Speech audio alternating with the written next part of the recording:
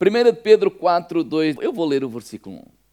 Ora, pois, já que Cristo padeceu por nós na carne, armai-vos também vós com este pensamento, que aquele que padeceu da carne já cessou do pecado. Versículo 2 então.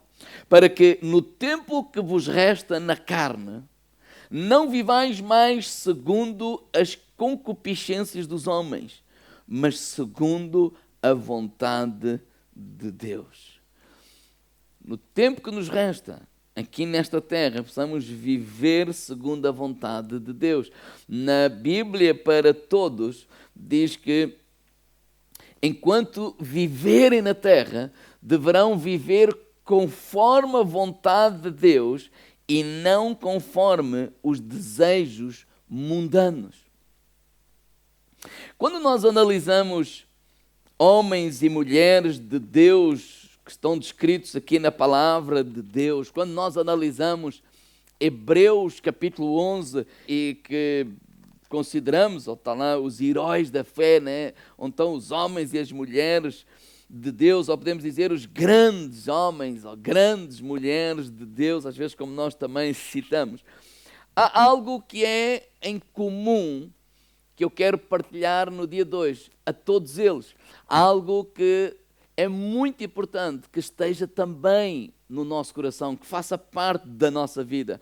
Porque quando olhamos para estes homens e estas histórias tão longínquas umas das outras em termos de tempo, não é? Uns não conheceram outros, não é? Eles foram pessoas diferentes, circunstâncias diferentes, épocas diferentes, personalidades diferentes. Mas o que é interessante é que ao analisarmos e ao estudarmos essas pessoas, em todos eles há um ponto em comum em toda esta gente. E é esse ponto em comum que eu quero partilhar nesta manhã, que é importante, ou que eu diria imprescindível, que ele possa fazer parte também das nossas vidas. E eu vou chamar esta palavra submissão. Diga lá ao irmão ao lado, submissão. Submissão à vontade de Deus.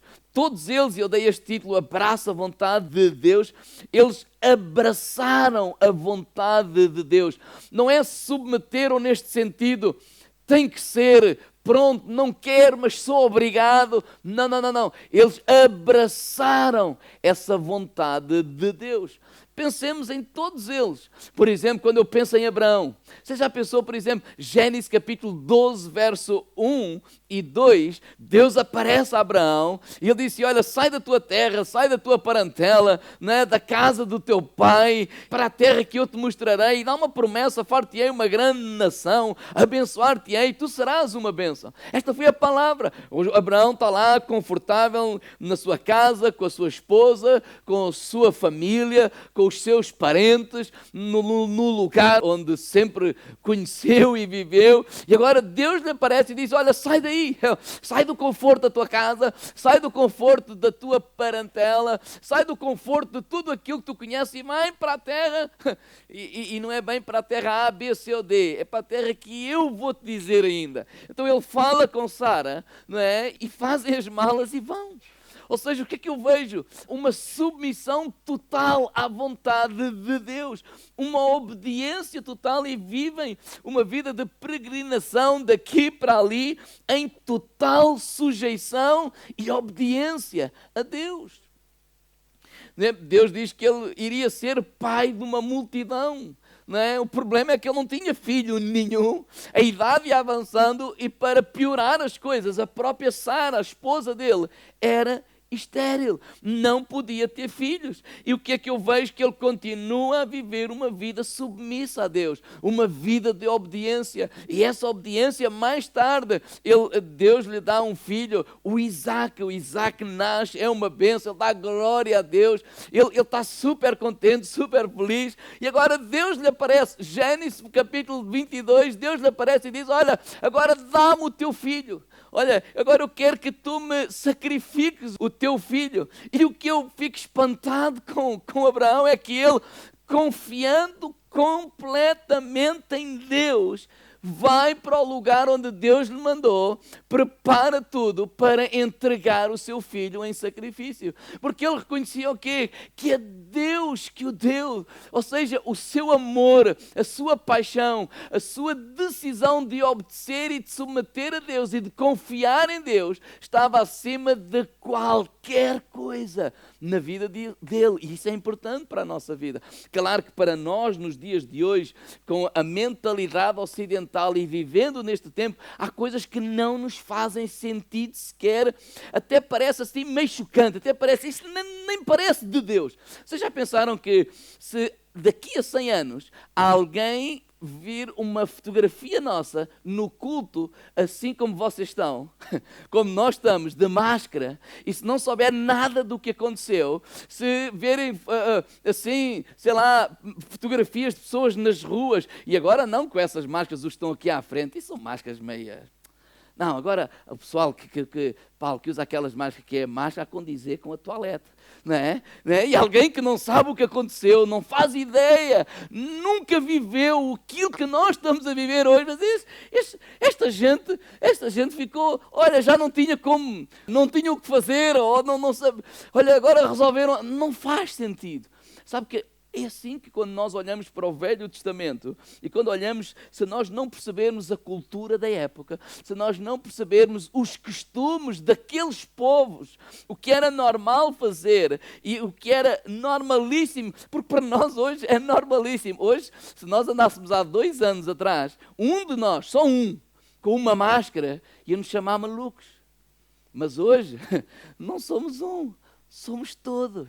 Hoje, chama-nos malucos, é se nós andarmos sem máscara. Ou seja, há coisas que naquele tempo, por exemplo, aqueles povos daquela época, naquela região, tinham vários deuses. E uma das coisas que aqueles deuses lhes pediam era que sacrificassem os filhos. Então, pedir que um filho fosse sacrificado não era alguma coisa horrorosa no sentido que isso nem passa para caber, mas era alguma coisa que infelizmente naquele tempo era normal. E as pessoas demonstravam a sua devoção e o seu amor ao seu Deus dessa forma horrível. E o que é que Deus está aqui a mostrar a Abraão? Olha, primeiro, eu sou o Deus, o Senhor dos senhores, e eu posso exigir o mesmo que os outros deuses. Segundo, sabe o que é que ele está a mostrar? O Abraão, ele me ama tanto a mim, ou mais que vocês amam os vossos deuses, porque ele está disposto a entregar o seu único filho por amor a mim. Mas em terceiro lugar, sabe o que é que ele está a dizer? Eu não sou um Deus como esses outros deuses. Ao povo de Deus não é permitido sacrificar os filhos. Ele nunca quis dizer, não, eu próprio vou providenciar o cordeiro. Ou seja, ele se demonstra já no Velho Testamento um Deus de amor, um Deus de graça, um Deus de bondade. Eu não preciso nada dessas coisas que esses vossos deuses andam aí a fazer. Eu próprio providencio o cordeiro, e o cordeiro nós sabemos que foi um símbolo do próprio Jesus Cristo, que iria vir à terra para ser o cordeiro que iria morrer por cada um de nós. Então há coisas que podem não nos fazer sentido, mas de facto tinha toda uma mentalidade e toda uma normalidade naquele tempo. Mas aqui a questão é, Abraão, e neste caso, por exemplo, neste exemplo, o próprio Isaac, eles vivem uma vida de total submissão ao Senhor, total obediência. Eles confiam em Deus de tal maneira ao ponto de colocar as suas próprias vidas nas mãos do Senhor. E esse ingrediente, ele deve fazer parte da nossa vida. Obediência total a Deus, uma submissão total a Deus, que estamos dispostos a entregar a nossa própria vida nas mãos de Deus. Então, quando pensamos em todos estes homens e mulheres de Deus, vemos esta característica em muitos outros deles. Uma obediência, uma submissão, etc. Quando nós lemos, por exemplo, aquelas revistas que falam dos 100 melhores homens ou mulheres, ou 100 mais bem-sucedidos da Terra, não é? E se nós folharmos essas revistas, elas depois, ao destacam o quê? As habilidades dessas pessoas. Eles destaca o quê? As capacidades dessas pessoas, a inteligência dessas pessoas, os seus grandes feitos. Mas quando lemos Hebreus 11, nós percebemos que eles são destacados não pelas suas habilidades. Na verdade, não são eles que são os grandes. Na verdade, eles encontraram foi um Deus grande. Eles tiveram um encontro com um grande Deus e eles decidiram, ousaram confiar nesse grande Deus e submeter a sua vida completamente nas mãos de Deus. E é esse ingrediente que ele é necessário e imprescindível que haja nas nossas vidas. Vamos abrir a palavra de Deus em Lucas e vamos perceber que Jesus, ele nos revelou esse princípio em Lucas, no capítulo 9. Lucas, capítulo 9, Jesus nos revela esse princípio. Capítulo 9, verso 23 e 24. Ele diz assim: e dizia a todos: se alguém quer vir após mim, negue-se a si mesmo. Tome cada dia a sua cruz e siga-me. Porque qualquer que quiser salvar a sua vida, perdê-la-á. Mas qualquer que por amor de mim perder a sua vida, esse a salvará.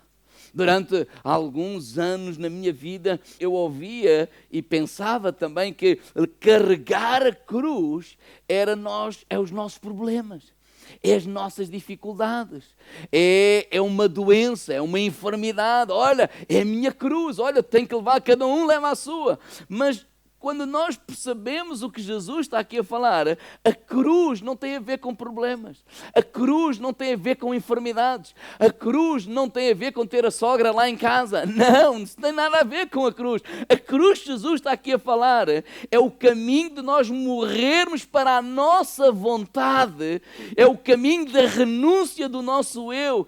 Jesus está-nos a convidar assim: olha, não vivas para fazer a tua vontade, vive para fazer a vontade do Pai, do Senhor Jesus Cristo. Olha, irmãos, quando nós vivemos para fazer a nossa própria vontade, quando nós vivemos apenas focados no nosso desejo, na nossa vontade, em nós, quem é o nosso Deus? Somos nós mesmos. E nós vivemos uma sociedade em que nós somos quase encorajados a ser o Deus de nós próprios. Se nós formos o nosso próprio Deus, isso é idolatria. Isso é idolatria? Não. Jesus que nos ensinou isso, ele foi claro em muitas passagens das Escrituras. Por exemplo, João 4:34, ele diz assim: a minha comida é fazer a vontade daquele que me enviou e realizar a sua obra. Esta é a minha comida, esta é a minha vontade, este é o meu desejo, este é o meu propósito de vida. Não é fazer o que eu quero. Eu não estou aqui para fazer o que eu quero. Aquilo que vocês veem não tem a ver comigo, tem a ver com aquele que me enviou.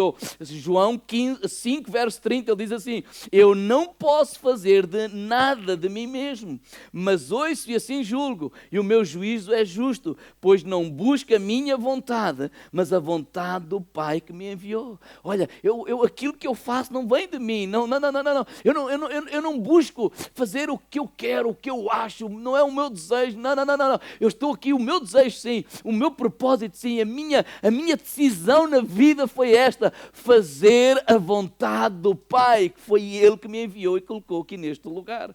João capítulo 6, verso 38 diz assim: porque eu desci do céu, não para fazer a minha vontade, mas a vontade daquele que me enviou. Ou seja, Ele é bem claro, Ele é bem específico a dizer assim: olha, o meu desejo, o meu coração, a minha vontade é realizar a vontade de Deus.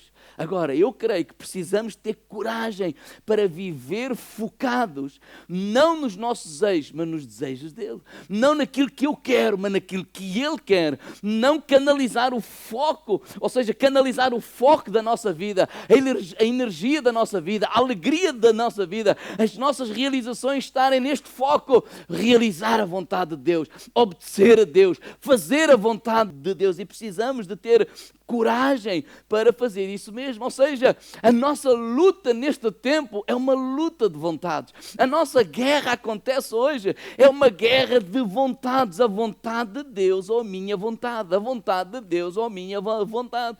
Porque dizer, só cantar Senhor, ou dizer Senhor, eu quero fazer a tua vontade, isso é bom, mas vai haver a hora que eu vou ser confrontado na prática, ou eu vou fazer a minha vontade, ou eu vou fazer a vontade de Deus. Qual qual vai ser a tua escolha. E aqui este ingrediente que eu vejo na vida destes homens é que todos eles escolheram obedecer a Deus. Por isso vemos grandes coisas a acontecer, por isso vemos grande mover de Deus, por isso vemos grandes coisas, maravilhas. E quando nós dizemos grande homem de Deus, de facto eles eram homens pequenos, mas escolheram obedecer e submeter a um grande Deus. E esse é o nosso desafio para esta manhã. Porque quando Satanás aparece ou nos vem atacar com as suas artimanhas, ele não vem como nós vemos aí nas bonecadas, sei lá, uma capa vermelha com como é que ele se chama? Um dente, com 3 dentes, como é que ele se chama? Uma folha, não é foice. Bem, aquela coisa, vocês estão a perceber, não é? Um chapéu e tal, eu sou o diabo, e eu quero que tu sejas, sei lá, um satanista, quer que tu faças um sacrifício de sangue. Não, ele não aparece assim. Não foi assim que ele apareceu a Jesus? Quando Jesus estava no deserto a ser tentado pelo diabo, o diabo lhe apareceu e disse, olha, se tu és o Filho de Deus, transforma estas pedras em pães.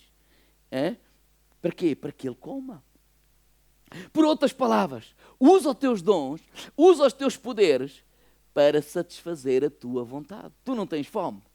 Então, a vontade de Deus não é satisfazer a tua vontade. Deus não quer que nós sejamos felizes. Deus não quer. Então, olha, usa os teus dons, usa os teus talentos para satisfazer a tua vontade. Então, a sugestão de Satanás para com o inimigo, para com Jesus foi qual? Olha, faz a tua vontade. Faz a tua vontade. Ele diz, não, nem só de pão viverá o homem, mas de todo aquele que faz a vontade do Pai, todo aquele que obedece à palavra de Deus. Quando o diabo apareceu a Eva, lá em Gênesis 3, não foi a mesma coisa? Olha, a fruta é bonita, não é? Estás com vontade? Então coma.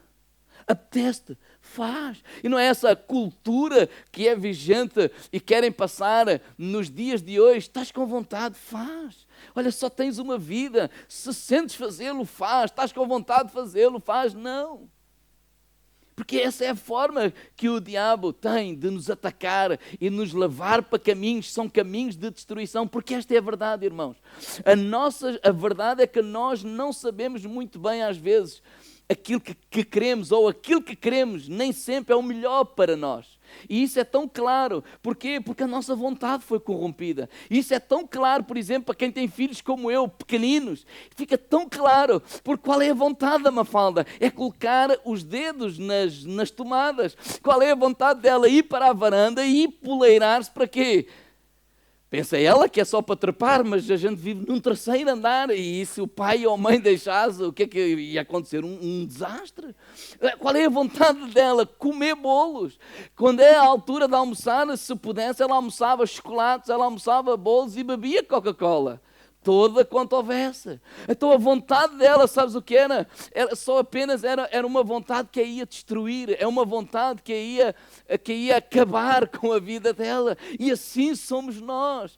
Se nós não reconhecemos, não, a vontade de Deus, ela é boa, ela é perfeita, ela é agradável. Deus tem o melhor para nós. Quando Ele diz que não a alguma coisa, não é porque Ele é mau, ou porque Ele não quer, Deus parece não me ama, não, é porque Ele conhece um caminho, e Ele tem um caminho para a nossa vida bem melhor que aquilo que eu penso que é o melhor. Aquilo que a Mafalda pensa que é o melhor, não é o melhor para ela. Aquilo que ela pensa que é os pais que não estão a gostar dela, não é nada disso. Os pais a amam mais do que qualquer outra pessoa, e Deus é o mesmo para nós. Deus nos ama, Deus nos quer o melhor, mas aquelas pessoas que decidem pura e simplesmente não submeter à vontade de Deus, há uma maldição sobre a vida deles. E quando eu digo que há uma maldição, é porque se nós lemos Romanos 1, versículo 24, nós percebemos o que é que a palavra de Deus diz, que Deus os entrega aos seus apetites. Ou seja, olha, façam o que quiserem,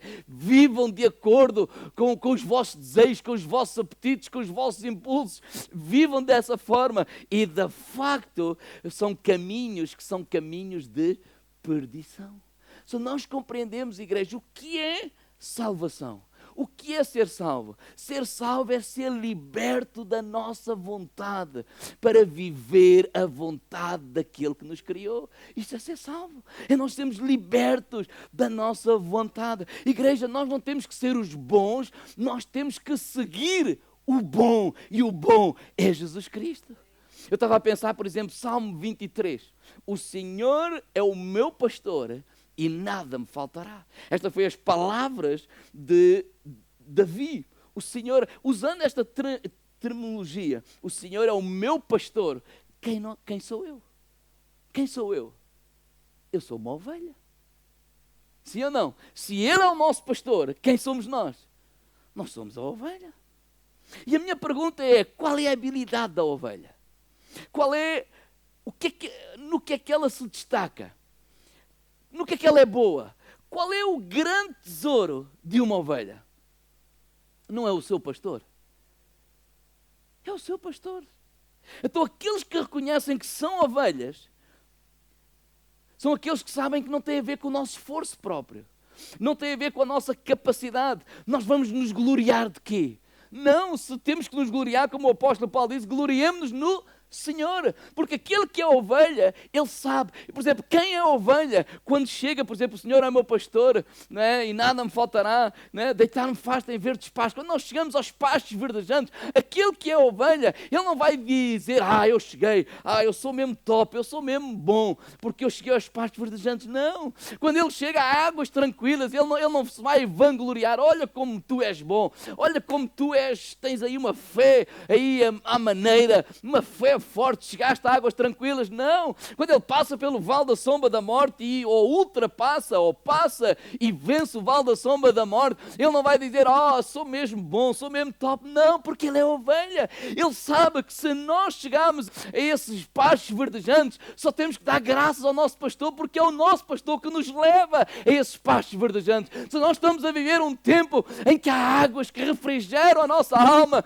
a ovelha só diz, obrigado, obrigado, Senhor, obrigado, é o meu pastor que me trouxe a esta fonte, que me guiou até estas fontes. Quando eu passo pelo vale da sombra da morte e saio de lá vencedor, a ovelha, ele vai se gloriar de quê? Foi a sua vara e o seu cajado que me consolam, é o seu amor, é a sua misericórdia, é o seu favor que me trouxe até aqui. Então a ovelha, ela não se vangloria. A ovelha, aquele que sabe que a ovelha vai se vangloriar de quê? 1 Coríntios 1:31, porque está escrito, quem se gloriar, glorie-se no Senhor, porque Ele sim é o meu pastor e o meu foco como ovelha. Eu não tenho que me esforçar para ser bom, eu tenho que seguir o bom. E quando eu sigo o bom, esse bom pastor me leva às águas tranquilas, esse bom pastor me leva até aos pastos verdejantes, esse meu pastor, a sua vara e o seu cajado me consolam, esse meu pastor me faz habitar na casa do Senhor por longos e longos e longos dias. Então o grande trabalho da ovelha somente é olhar para o pastor e segui-lo. E segui-lo. E segui-lo. Porquê? Porque ele é bom. Queremos ser homens e mulheres de Deus. Então vamos abrir mão de tudo e nos submeter ao Senhor. E nos submeter ao Senhor. Não foi isso que Jesus orou em Lucas 22:42? Pai, se tu queres, passa de mim este cálice. Repare, Jesus, ele disse, a minha comida é fazer a vontade do meu Pai, realizar a sua obra. Ok. Mais pressão daqui, menos pressão dali. Mas vamos lá caminhar. Mas chegou a hora que agora ele está confrontado com a maior decisão da vida dele. Ou a minha vontade, ou a vontade de Deus. Ele sabia que ele tinha vindo a esta terra. Para quê? Para morrer por cada um de nós. Quando ele disse isso, há uns dias atrás, a Pedro até o repreendeu, diz, mestre, nada disso vai acontecer. Ele até disse, para trás de mim, Satanás. O Pedro não era o Satanás, né? Mas aquela sugestão de desobedecer a Deus, sim, não vinha de Deus. Mas agora ele está confrontado. Quando nós lemos a oração no jardim do Getsemane, as suas emoções, elas estão todas à flor da pele, o seu suor transforma-se em gotas de sangue, que ele sabe a minha vontade ou a tua vontade. E para que Jesus decidisse fazer a vontade de Deus, ele teve que renunciar à sua vontade. Ele teve que renunciar aos seus sentimentos. Ele teve que renunciar às suas emoções. Para quê? Para que ele pudesse obedecer confiar em Deus e entregar-se totalmente nas mãos de Deus. Como diz lá em Filipenses, né? Capítulo 2. Ele não teve usurpação ser igual a Deus, mas se humilhou e foi obediente até à morte, e morte de cruz.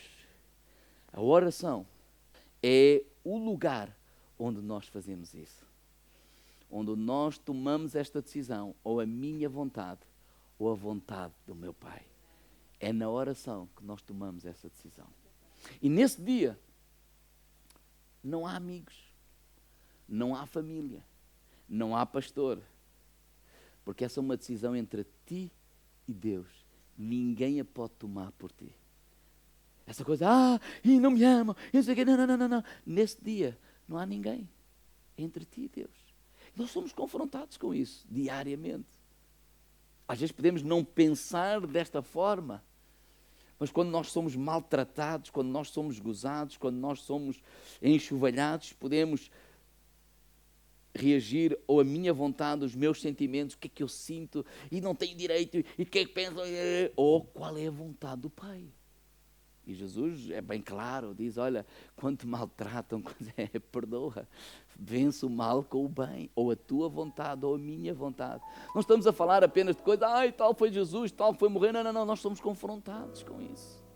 No nosso relacionamento entre marido e mulher, no nosso relacionamento entre pais e filhos, na igreja, nas circunstâncias da vida, nós somos confrontados. Ou a minha vontade, ou a vontade do Pai.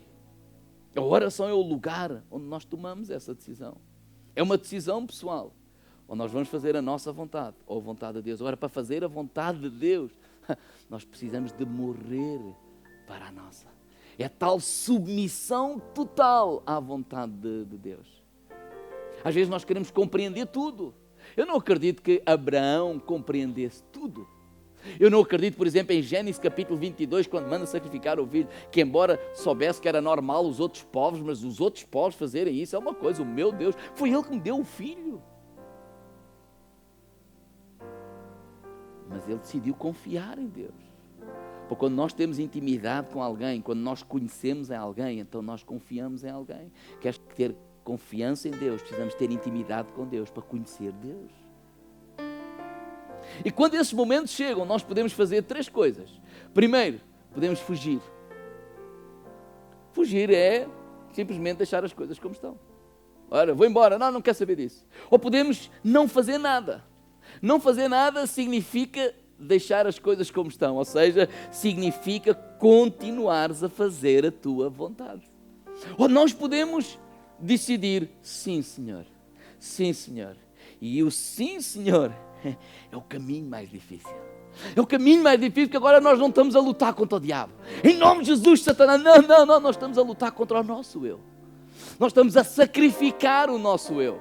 Nós estamos a sacrificar a nossa carne, não no sentido de nos mutilar, não é nada disso, mas estamos a dizer, não, eu não quero seguir aquilo que as minhas emoções estão a sentir agora, eu não quero seguir aquilo que a minha carne quer fazer, eu quero seguir a vontade de Deus, e esse é o caminho que nós morremos para nós próprios, esse é o caminho que nós renunciarmos à nossa própria vontade, morrer para nós próprios, não é algo que alguém vai nos dizer que eu tenho que fazer, não, é uma decisão entre ti e Deus, é uma decisão entre ti e Deus. Um conselho, pessoas podem me aconselhar, não, isto não faz sentido. Claro, há muita coisa que uma mente humana ou uma mente carnal não faz sentido, mas uma mente espiritual diz, não, faz sentido obedecer a Deus, faz sentido, eu posso não compreender com a minha cabeça, posso não entender porque é que tem que ser assim, mas eu creio que ao obedecer a Deus, esse é o caminho do sucesso, esse é o caminho da vitória, esse é o caminho de alcançar aquilo que é a vontade de Deus para a minha vida.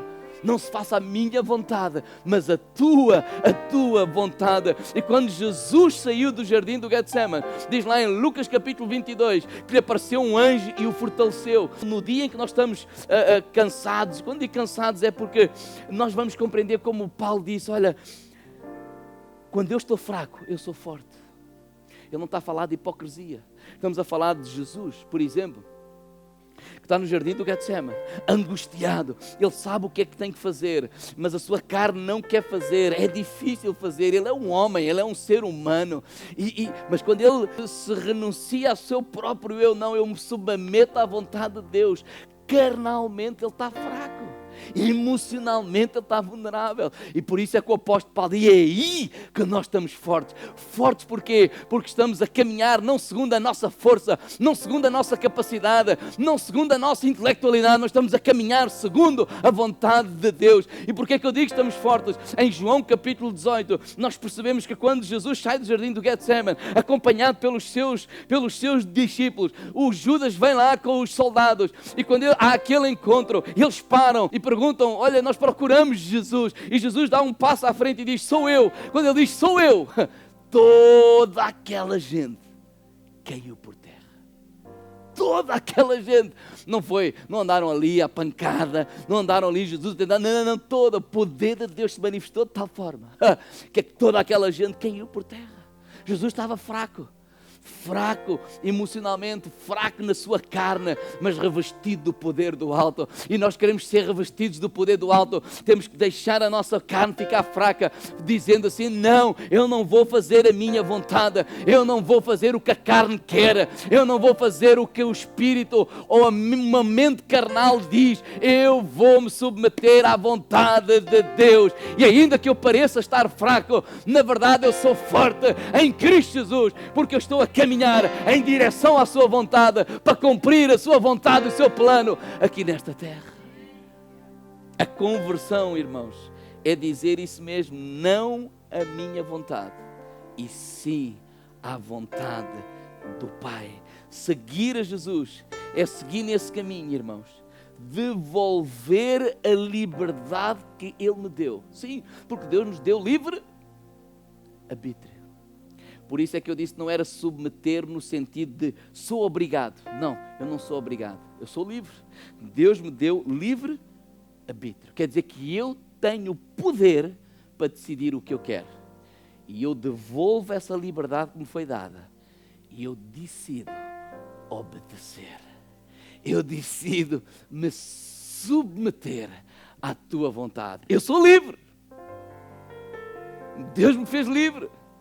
Eu posso decidir o que eu quero. Deus me deu livre-arbítrio. Mas eu já tomei a minha decisão. Eu devolvo a Ele essa liberdade. E eu quero viver me submetendo à vontade dEle. Porque eu creio que a vontade dEle, ela é perfeita. Ela é agradável. E ela é boa. Como diz lá em Romanos capítulo 12, verso 2. É este ingrediente que eu vejo em todos os homens de Deus, que eu creio que é super importante ou imprescindível que haja na nossa vida.